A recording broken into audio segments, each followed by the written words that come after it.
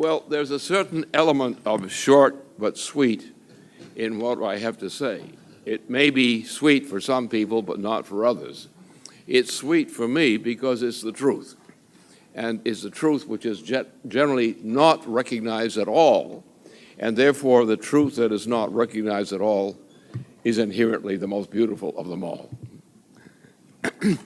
We're in a situation now where, in point of fact, especially in the Americas and in the Europe and Africa, for example, where mankind is in the greatest danger of virtual extinction of the species ever known to us in historical accounts.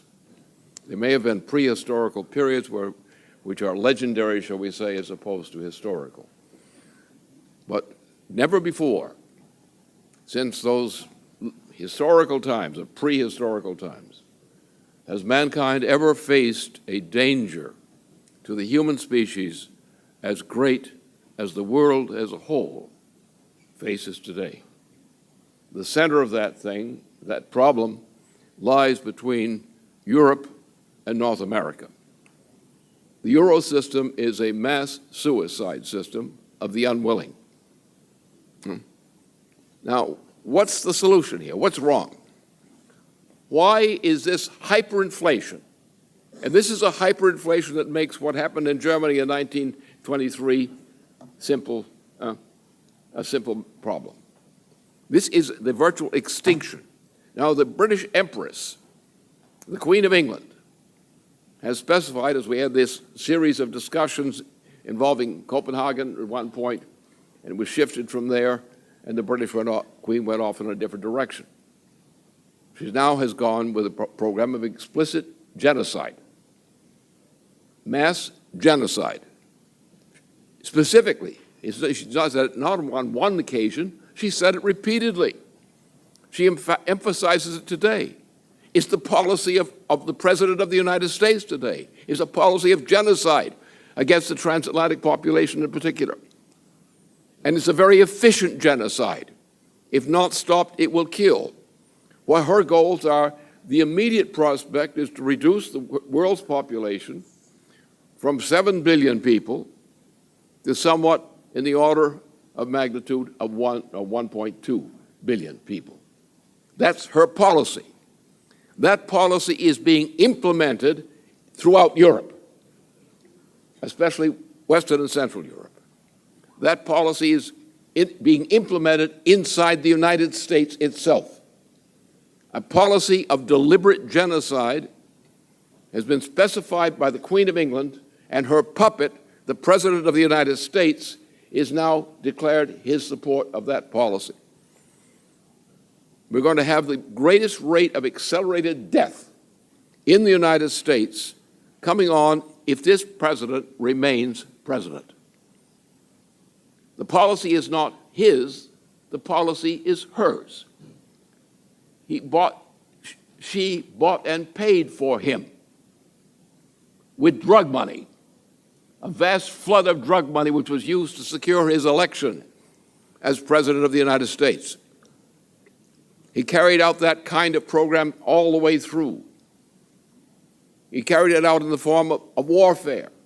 What happened in Libya, what is spreading into Syria, what is threatening throughout all of Africa, what is going on in the Middle East, what the threats are to Russia, all these things, the threats to China now.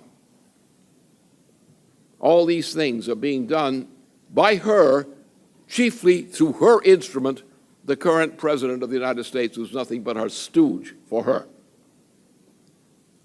That's what we face. Now, how do we deal with this? They have an argument. The argument is, we've got a money problem. And we've got to solve the money problem. We've got to be nice to money, even if it means being mean to people, even if it means killing them. And that is exactly what the policy is of the current President of the United States. He hasn't gotten it voted up yet. But that's his policy. That's his intention. His intention is genocide against the major part of the population of the people of the United States, as well of Europe. So unless we can solve this little mystery what's the money game, then we're not going to solve the problem. So therefore, I think I come to that particular point. What is the problem? Why are Europeans so stupid as to put up with this? Why are European governments more stupid than the people, of course?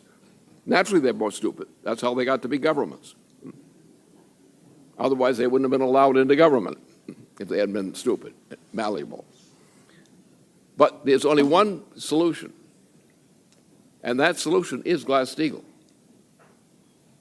But most people don't know what Glass-Steagall is.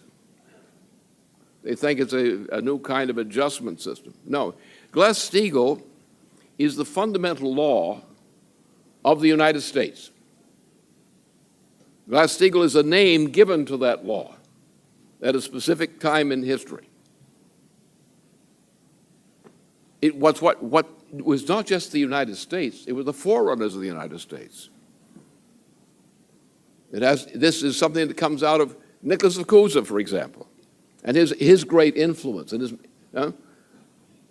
the great scientific development which occurred, which was then destroyed largely by periods of great warfare in Europe in particular, civil war.